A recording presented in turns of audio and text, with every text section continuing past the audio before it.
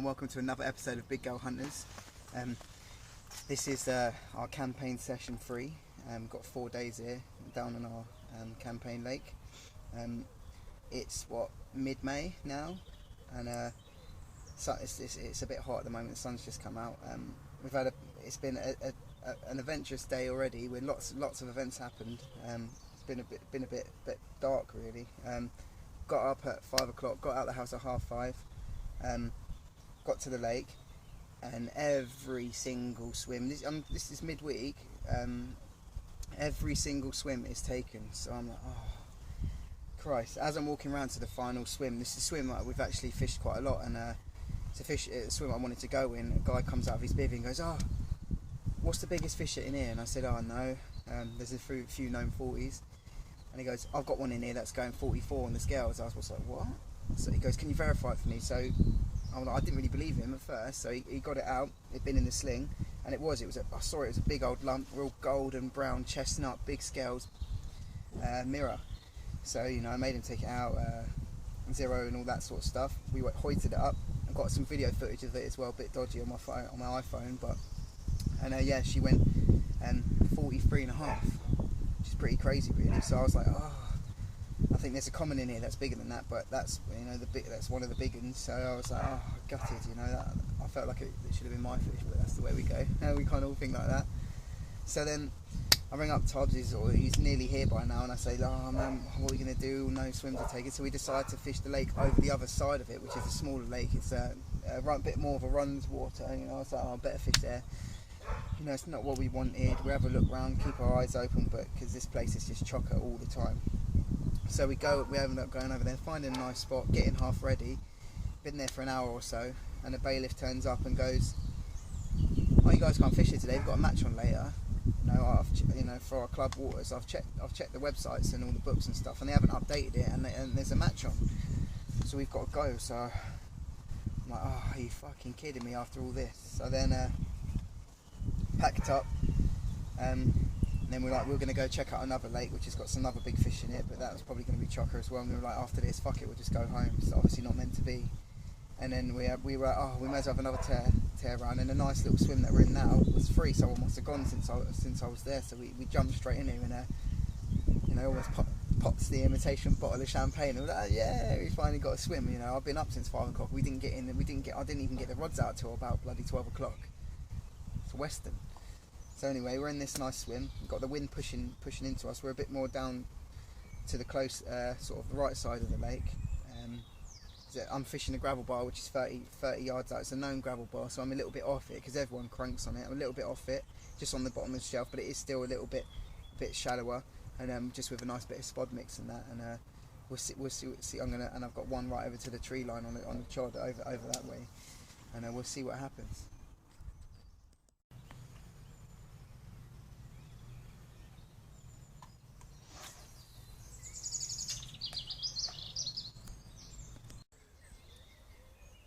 Right guys, first morning of our session on our campaign lake. It's been a very eventful session so far, so you would have heard about what happened yesterday.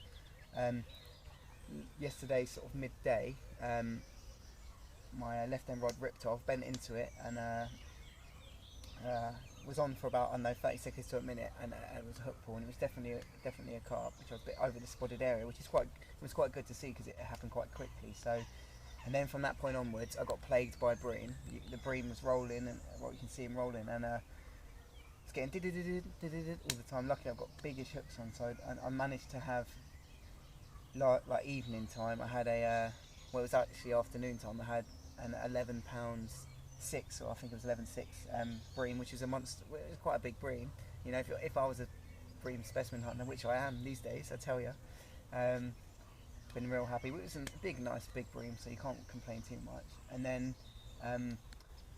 sort of went to sleep again all night, getting played by bream, and then 2 o'clock, just woke up to a middle rod, one toning, reel spinning off, and bent into it, and finally had a nice 22 pound common, real nice fish. Looked a lot bigger, to be honest. I thought it was a mid 20, maybe pushing high 20s at first, but because it was really long and chunky, but it had no belly to it. Really gorgeous golden fish, and you'll see the footage of that in a sec. But yeah, just a little update, and hopefully we'll get some more. I've got some zigs out now on the area. It's looking real nice. The sun's come up. Already had a few liners on the right hand rod, and hopefully one of them zigs are going to roar off, and we'll have a zig caught ringwood carp for you. See you later. Right guys, down at the Campaign Lake, wee hours of the morning, I caught this lovely 22-pound common carp, beautiful golden colour, and just about to hoist her up for the cameras. She's beating me up a little bit, but she's chilling out now, she's behaving. Caught her over a nice bed of sweet corn, peanuts and hemp. Nailed it on a couple of peanuts, tipped with a bit of yellow corn, and I'm just going to hoist it up for you.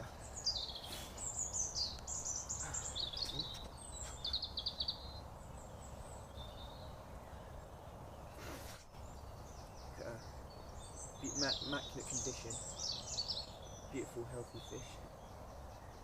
Yeah, absolutely a beauty.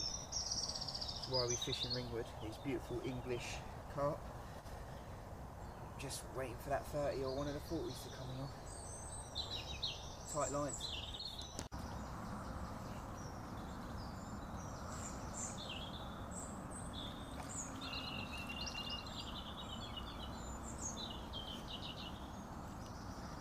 She looks so nice and golden. Yeah.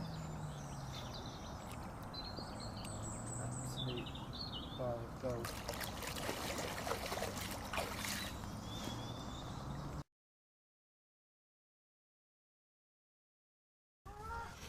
Right, now this isn't normally what I film, but this is my second bream of the session, and this one is a PB bream.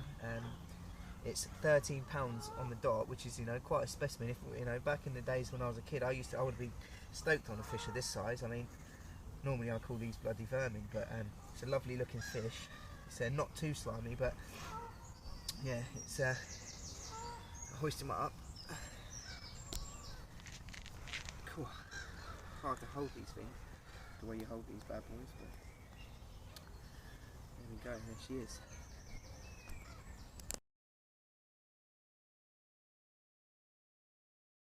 Right, going to talk spot mix now. A little bit different from what I've shown you before. So starting off, I've got on my one of my old favourite baits, which I used to use a long time ago. Hardly anyone uses these anymore, and this is peanuts. There's a lot of stigma about peanuts and that they shouldn't be used. And these are a human grade, they're A grade peanuts. I've soaked them for 12 hours and then boiled them for half an hour. They were soaking in the pure cell flavouring, and a little bit of hemp oil, so they're all sticky and oily and they stink like the cell. So we're going to pop those in first. You know, you've got to go sparingly with them, but not too sparingly. Like everyone's like, oh, I only put a handful out. No, you can put a fair bit out, but not go overboard. So, I mean, that's not that much, is it? Right, there we go. Look, you can see it's starting to get all sticky. Right, you smell lovely. So that's that. The next, right. Now we go in with some bait tech. This is the chili hemp. Good. Liberal amount of that. Oh, quite so spicy. So this is a key. I literally just want a few grains of corn. So if I wanted to tip the peanut,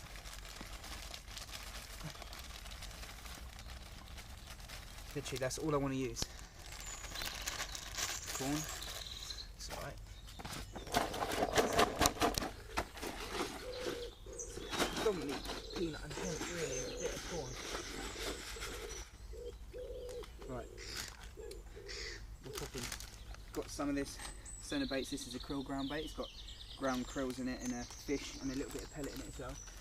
Just sort of to cloud up the mix a little bit. I don't want to add loads of this. That will do. And then for liquids, sticking with the nutty, this is the almond goo. So we're going to nice little sprinkle of that. It's so vibrant. Some Bait Tech sweet coconut liquid. It's good stuff, this is. I taste this, it's well nice. Obviously it looks a bit suspect though.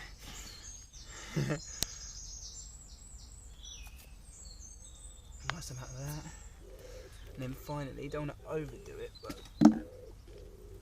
dash of hemp oil because the pellets and the hemp are quite oily, but just a tiny bit. There we go. Get this mixed up. See, mostly particle really, just a tiny bit of groundwater. I just like a little bit of cloud in the water to try and, especially with all the oils, just to draw them down onto your spot. And you want to get all that goo going. And look, just to show you, these peanuts, they are so soft. That's what they should be look like. They should be completely white and cooked through completely.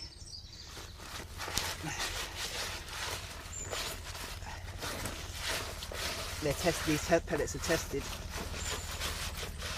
Not pellets, peanuts rather. There we go. Right guys, just a quick update. It's the second morning of our campaign session 3. I've been awake all night, hauling bloody bream. I had a PV bream, but I had 7 bream throughout the night non-stop, and I also lost the carp at about 12 o'clock, which snagged me up, and it was a bit of a schoolboy error really. I was really gutted after that, after all this bream. Then fished through all the bream, kept on putting all out, and then finally I've got my prize and it's ripped off for this 23 common, and I'll hoist him up for you. Give me a royal battle. Oh. There she is. Beautiful, immaculate, big barb, big English common carp from Ringwood. Absolute. And the high. It's a corker, isn't it? Okay. Bye bye, my love.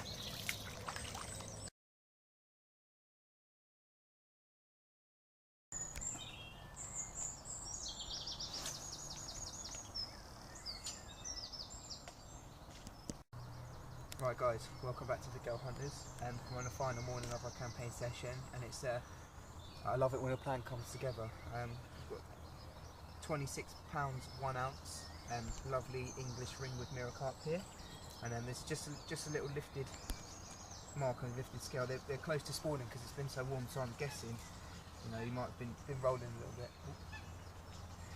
Bleep on the rod, and just going to put on some of the carp care kit, and this one's the body one.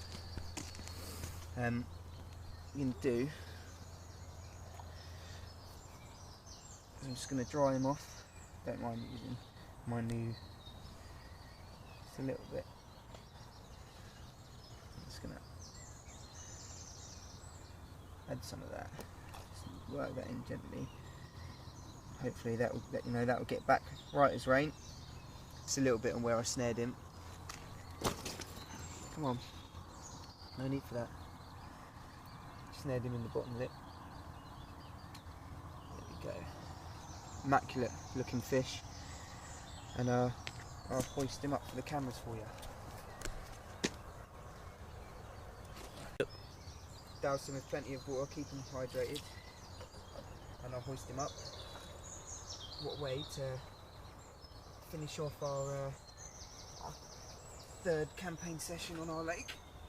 And I just love it when a plan comes together. I'll hoist him up for you. There she is. 26 pounds 1 Ringwood. Tight lines.